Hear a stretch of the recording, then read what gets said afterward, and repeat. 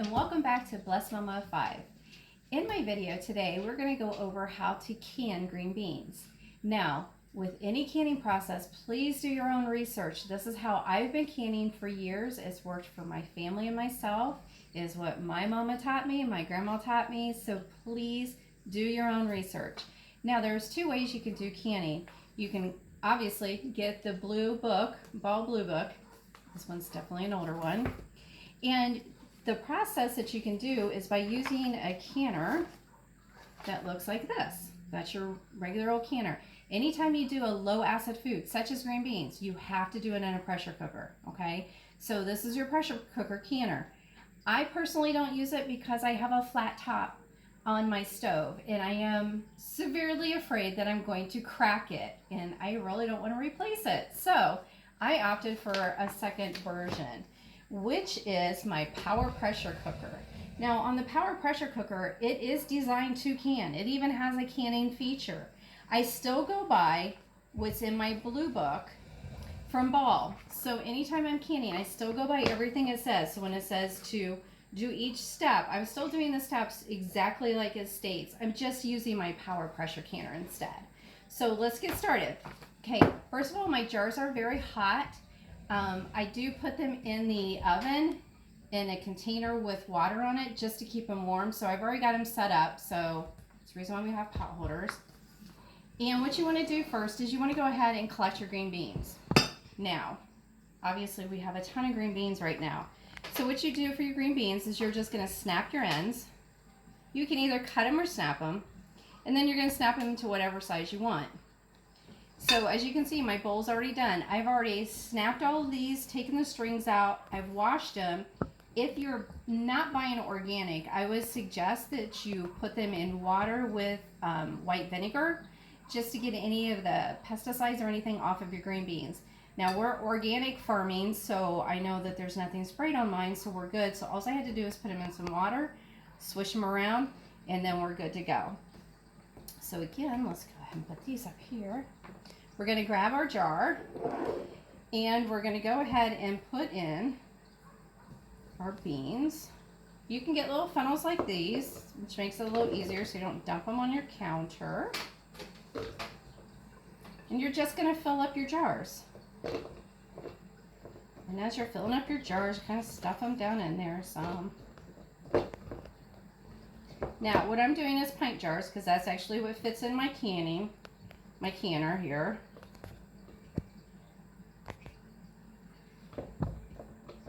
So when you get those done, make sure not to touch it so you don't get burnt. You're going to take a half a teaspoon of salt. This helps preserve it. And then we're going to go to the next one. The process is pretty simple. You just want to make sure that everything is clean and sanitized. So all our green beans are cleaned, our jars are clean. My lids I have in the top. Now I did read through Ball canning that you no longer have to warm your canning lids. I do. I prefer to have it done that way. If you get a bean in there it's too big, just go ahead and snap it. Oh, I forgot our salt. So even if you forget your salt, you can go right back to it.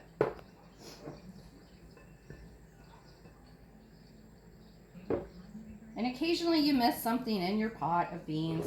Just go ahead and take the string out like I just did on that one.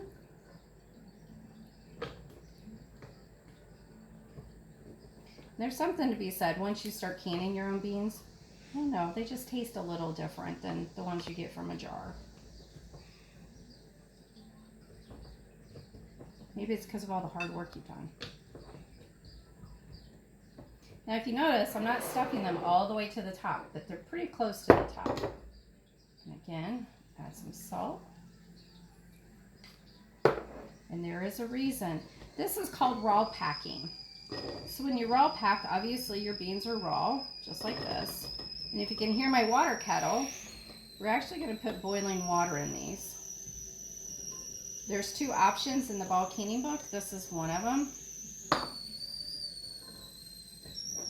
Personally, it's one I like because I'm efficient, not lazy, I'm just efficient, and I like to get things done. So we're going to bring the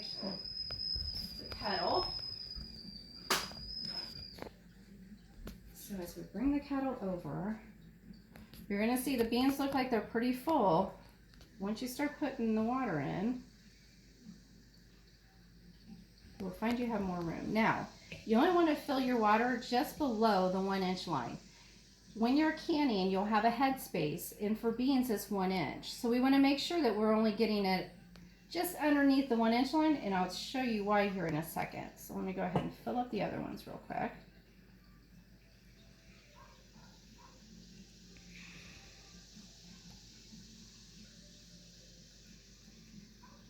Get all those.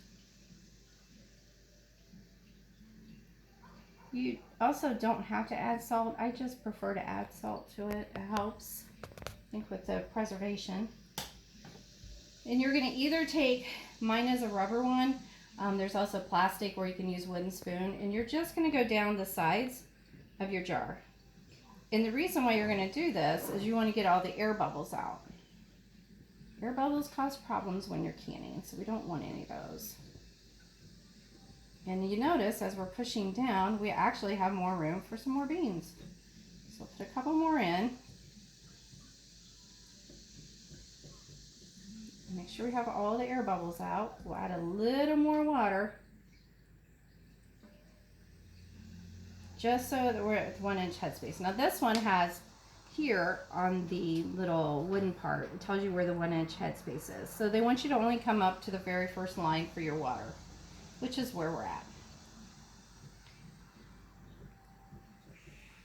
So get that in there. And then what we're going to do, they say you don't need to do this as much, but I prefer take a little bit of white vinegar, wipe the rims. That way if anything's on there that shouldn't be, it's now off. I take my hot lid, which I got to get the right size because we did the wide mouth first. Clear on the bottom.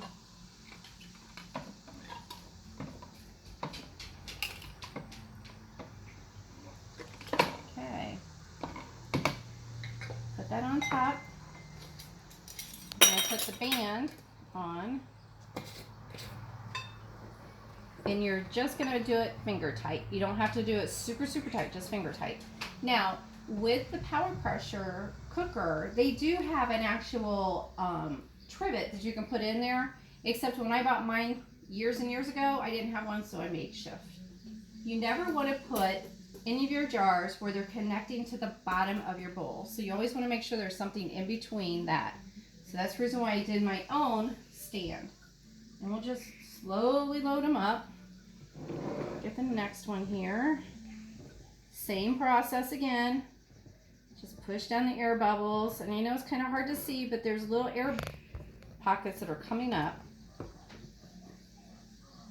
And again, we have more room, so we will. Don't like that, so we'll just get rid of that. Put some more in. And I just gradually add, you don't have to add a whole bunch all at one time.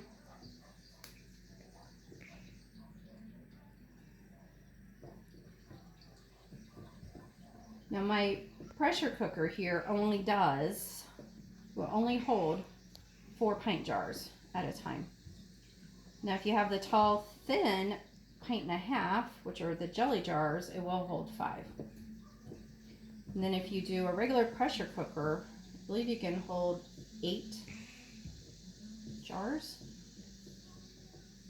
Okay, so we're up right where we need to be. We're going to take our vinegar and wipe it down again. I'm going to take our lid, shake off the excess water, finger tight. Ooh, warm. Put it in our canner. So if anybody's like really nervous about doing this, this is one way you can do it. I know that when I was growing up, one of the things that was always told to us is be careful of your pressure cooker because it can explode. And I admit, I've had like a little bit of a fear of that since I was a little girl because it was ingrained in you so much that all these bad things can happen when you use one. But whenever I get my summer kitchen, which is my next goal, I'll have a regular electric stove in there, or maybe even a gas one, but one that's not a glass top. And then I'll be able to use the other one. Wipe the rim.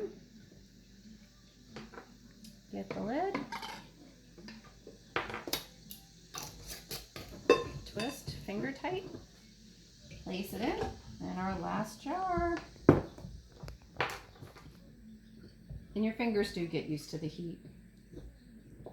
I was always told that too. The more you cook, the more you handle things, the more heat you can handle.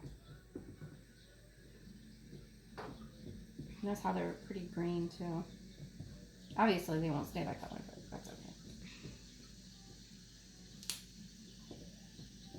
I'll have to try and freeze dry them sometimes, see what happens.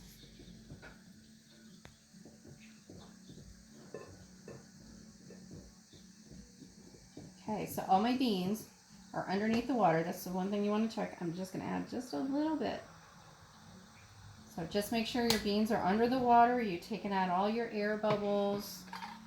Take your lid. See, I didn't wipe down my ring. We'll just go back and do that. Then we'll take the lid, shake it off.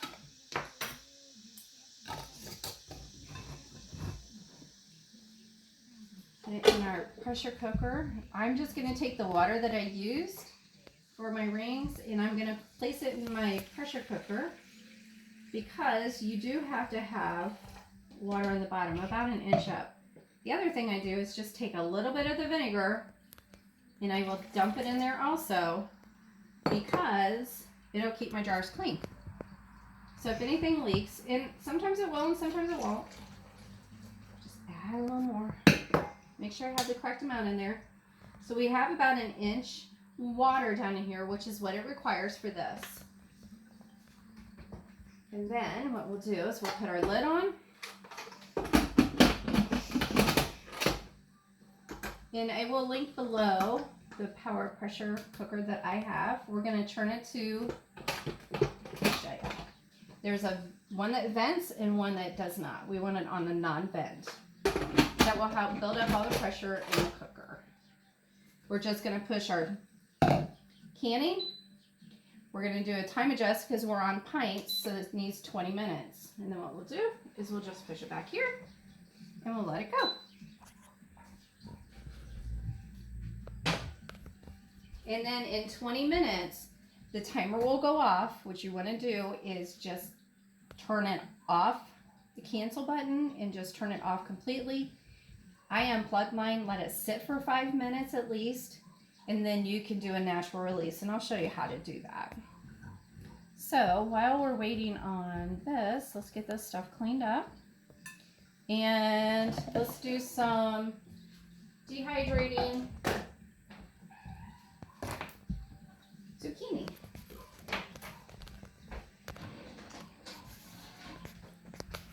All the stuff away. Nice thing with vinegar, you can use it to wipe up your counter.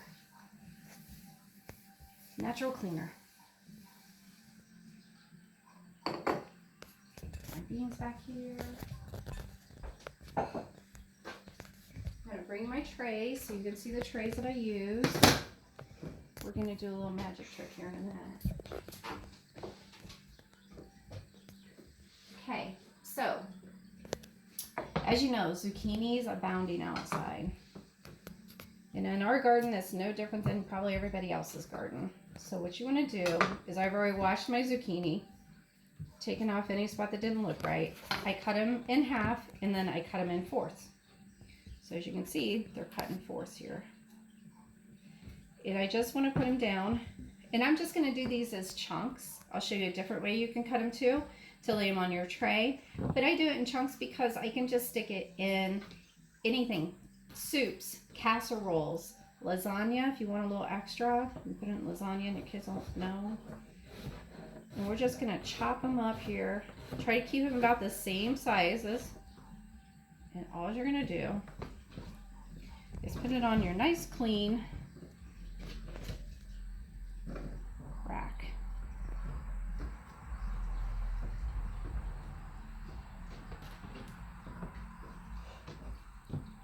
So again, we're going to cut it in fours.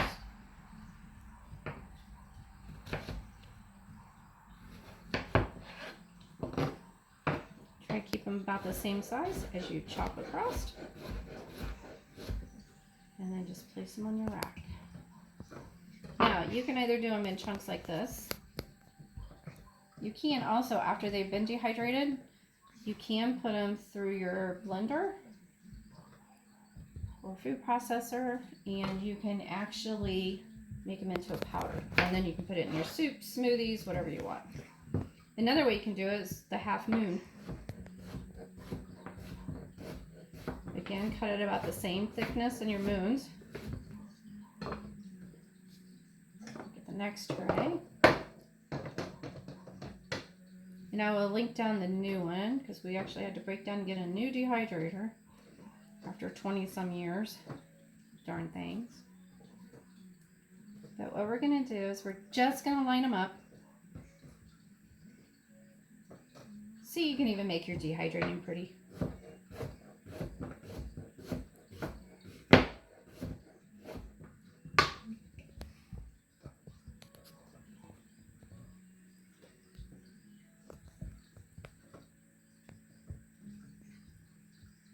So once you get all your trays filled, now this was just one zucchini.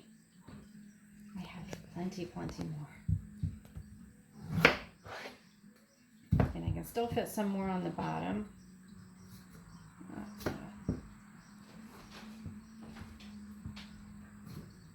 Cut right into that one.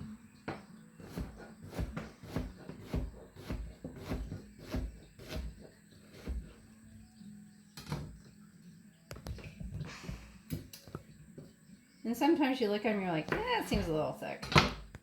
Go ahead and cut it. It's not a big deal. Just put them on your tray. Try to get them on your tray without really touching a whole lot because you want the air to be able to go around them completely. Sometimes you have to rearrange. And that's okay.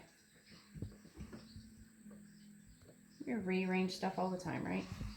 So let's go back to putting more chunks.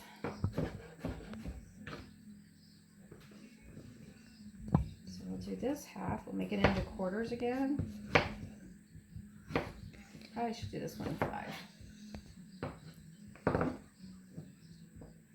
And you can tell by your zucchini whether you should do like 3 swipes through or 4. This one I had to do 5 because it was a lot thicker.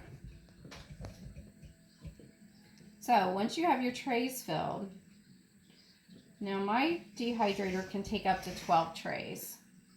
And because our last one kind of bit the dust, the trays actually still fit in the new one. So, it's ready. What you'll do is you'll end up putting it in your dehydrator. So we have a Nesco dehydrator. So you'll end up putting them in there. And with the magic of the camera, 8 hours later, they'll look like these little pieces.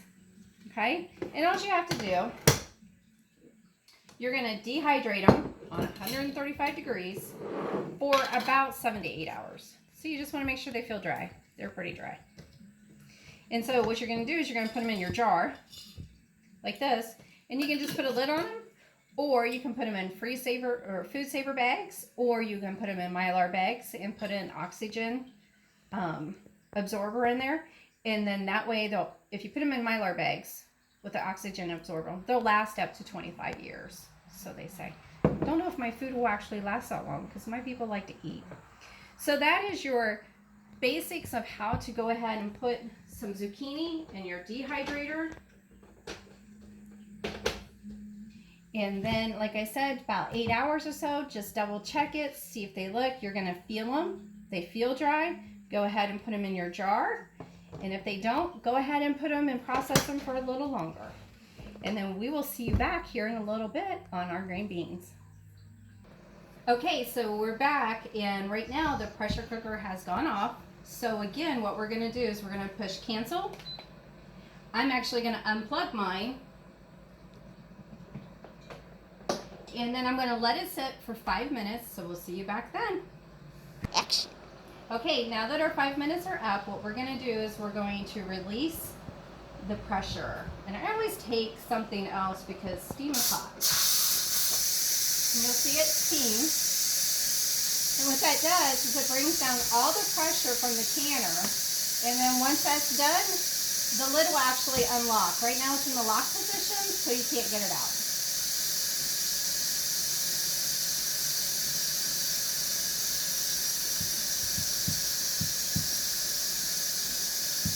Shouldn't be long now.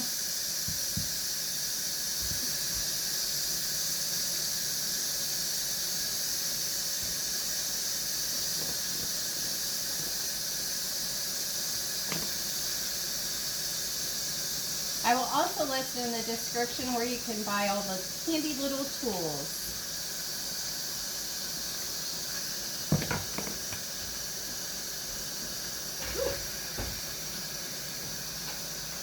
That's hot. As a side note, if you do get one of these, make sure you don't put it right underneath your cupboards or cabinets, because the steam will actually start to pull some of the coating off. Ask me how I know. That was an oops. They're finished.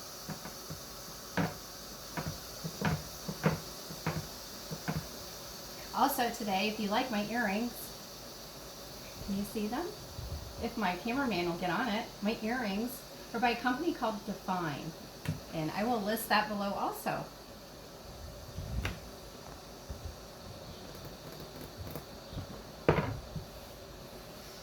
You'll want to put it down a towel to help protect. My cameraman wants to be on camera, can you tell? So you want to place that down because the jars are going to be super hot.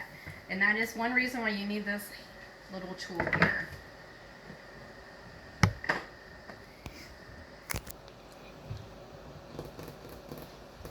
It's almost done. It's like waiting and waiting and waiting.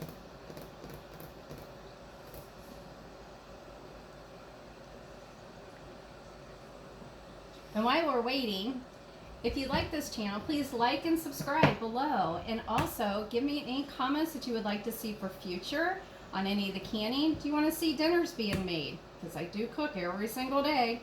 Or our new adventure, which is freeze drying. So just let me know down below in the comments. And again, remember to like and subscribe.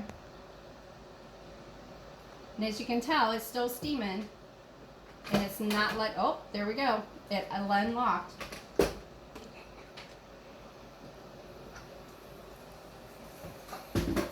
Everything's going to be super hot, so be very careful. And you'll pull your beans out. As you can see, they are still bubbling. You will want your beans to sit on your counter.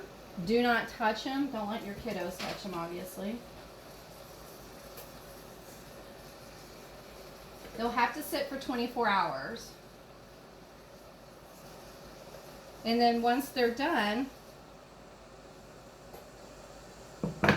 you can take the rings off. I washed mine down. These are beans I've done earlier. And then I mark the month and the year. And you'll want to just press. And if you don't hear anything popping up, that means your jars have been sealed. So there you go. Here's your lesson today on how to can green beans. Thanks and have a blessed day.